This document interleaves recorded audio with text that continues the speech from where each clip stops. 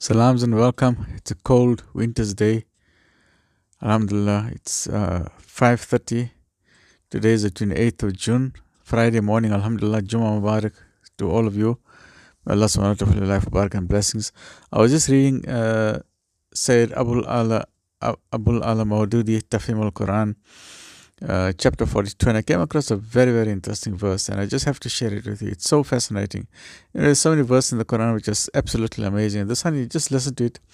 This is in chapter 42, which is Surah Ash-Shu'ara, which is the consultation. And this whole thing is about consultation, mutual consultation. And I want to focus on this because this is the theme of the entire chapter.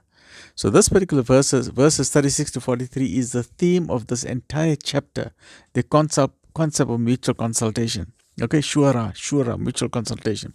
It's absolutely amazing. Just listen to what this verse of the Quran says. It starts off with, whatever you have been given is merely a provision for the transitory life of this world. Our life is only temporary. So whatever you're given, we are all on a journey. Nabi Sallallahu Alaihi Wasallam said, we are on a journey. Think of yourself as a rider on a horse. You stop for a while under the shade of a tree and then you continue. We are on the way to the hereafter. We are on a journey.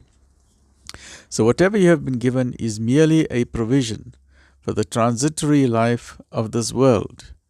And that which is with Allah, God most merciful, is better as well as more lasting. The life in the hereafter is eternal. That is for those who have believed in Islamic monotheism and put their trust in their Lord, who refrain from gross sins and indecencies, who, when they are angry, forgive, who obey their Lord, establish the salat, and conduct their affairs by mutual consultation. Let's see what his analysis of this is. Fascinating analysis. Look at this. Just look at this. Now we're going to just this one verse. Who conduct their affairs by mutual consultation. Look at the tafsir of this line alone. I'm going to read it verbatim. It's about 4 or 5 pages, but let me just go quickly through it because it's absolutely amazing. This thing, they conduct their affairs by mutual consultation, has been counted here as the best quality of the believers. You do things by mutual consultation. Don't just make decisions on your own. This is the best qualities of the believers.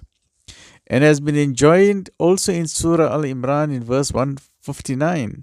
On this basis, consultation is an important pillar in the Islamic way of life.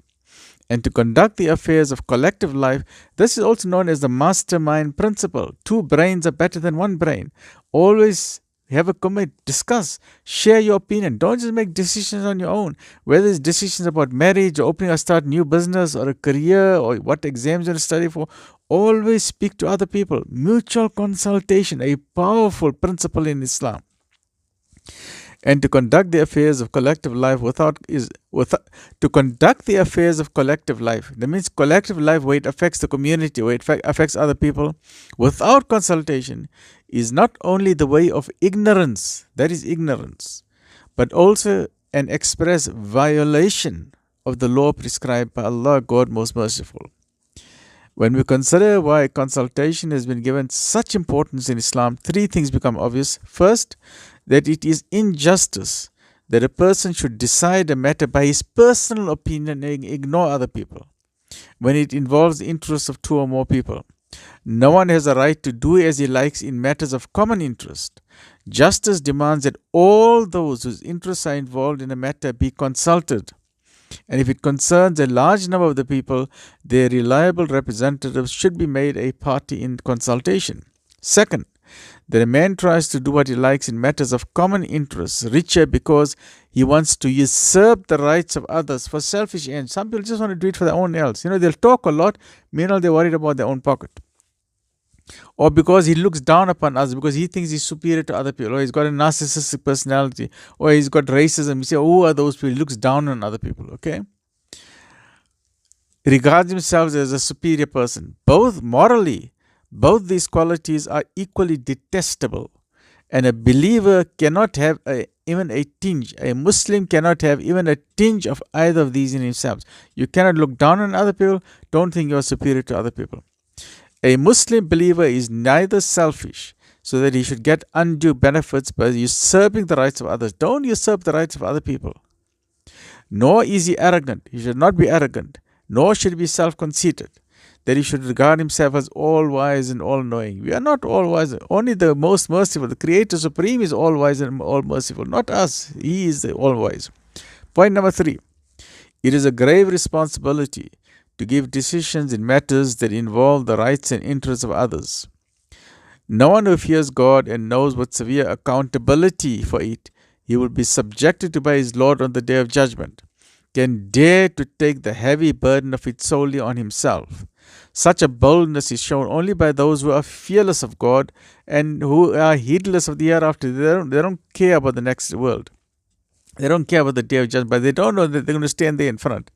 The one who fears God and has a feeling of accountability of the hereafter will certainly try that in a matter of common interest, he should consult all the concerned people on their authorized representatives so as to reach an objective and right and equitable decision that is fair to all people. Departure from this is a grave immorality.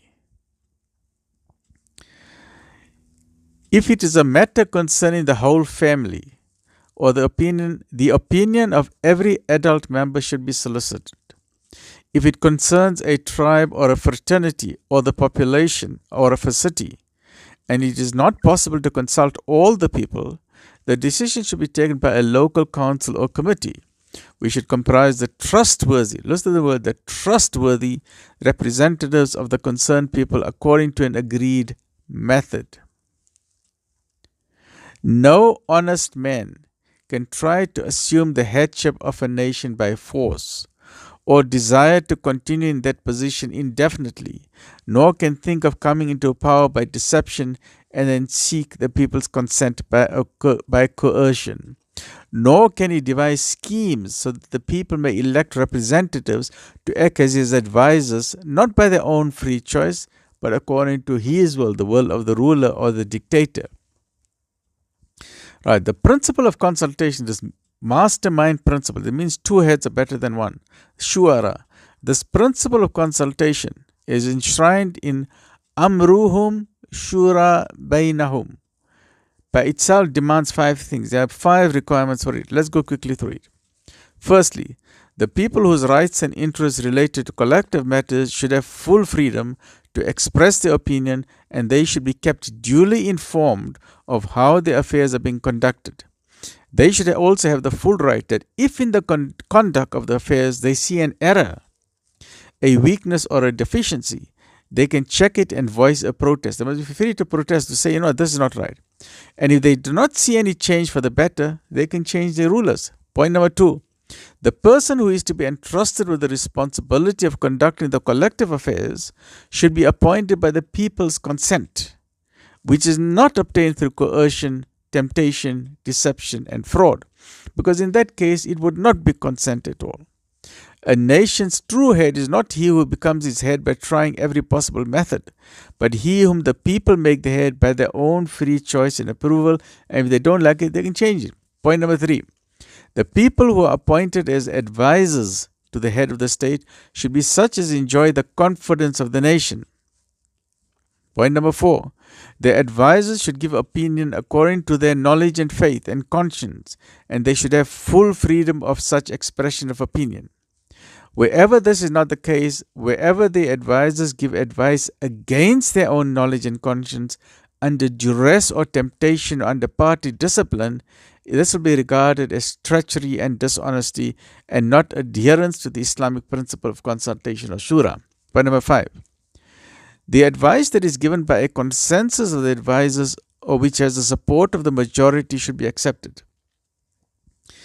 If a person or group behaves independently, apologies, winter, it's a bit cold today, behaves independently and acts on his own whims, even after hearing the advice of others, consultation becomes meaningless, because God, most merciful, does not say they are consulting in their affairs, but He says they conduct their affairs by mutual consultations. And this consultation is not independent or autocratic.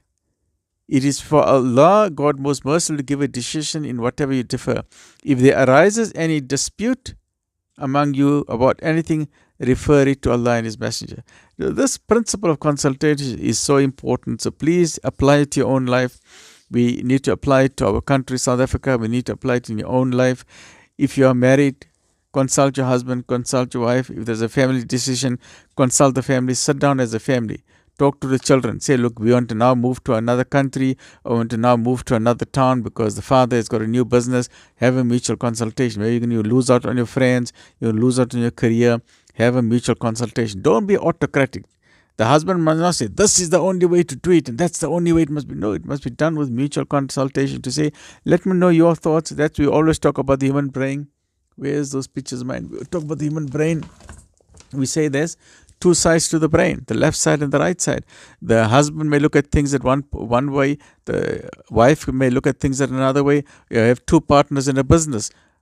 Have mutual consultation. Don't have autocratic. Don't have narcissistic people. Don't have arrogant people. You must not be arrogant. A Muslim does not become arrogant. You must always have mutual consultation to say, what is your opinion? Even if you disagree with it, say, okay, like everyone must be free to say what they want to. In a boardroom meeting, get different people's opinions. This is consultation. Don't just ram down your decision. Say, that's the only way things must be done. Always do things with mutual consultation. This is known as the mastermind principle, to say 2 heads are better than 1 head. 3 heads are better than 2 heads, and 10 heads are better than 1 head. Stay well. Embrace this in your life. Always remember, if you want to choose, if you want to marry someone, speak to your best friend, speak to someone. If you want to start a new business, speak to different people. If doctor says you must go for an operation, no, you say, no. I want to have a second opinion. Or always, whenever you go for an operation, always take a second opinion or a third opinion, there's a fourth opinion. That is known as consultation. You consult one doctor. If you not have, especially if it's not a medical, if it's not an operation, or if it's not a big serious thing, then it's fine. Listen to what the doctor's saying. You carry on with it because you trust the doctor. You're happy with it. But if it's a major thing, a major decision, speak to a second doctor. Consult a third one. Consult a fourth. So Islam is teaching in this in the Quran, consultation. So I thought I'll just share it with you. I don't want to wait. So now it's 5:45 in the morning, Friday morning, Jummah Mubarak. It's cold, I'm trying to get an extra blanket on me. Got a bit of a flu, but stay well, look out, dress warmly in winter. We'll get through this. While we are shivering here in winter, other parts in Saudi Arabia, 1,000 people passed away with a heat wave. 600 in Pakistan passed. We just saw the headline news yesterday. Make dua for all of them, and look after yourself. So just remember, implement it in your life. What is it called? The principle of consultation. Chapter 42 of the Quran, Ash-Shu'ara, 2 heads are better than 1 head. Stay well. Assalamu alaikum. Alhamdulillah Rabbil Alameen.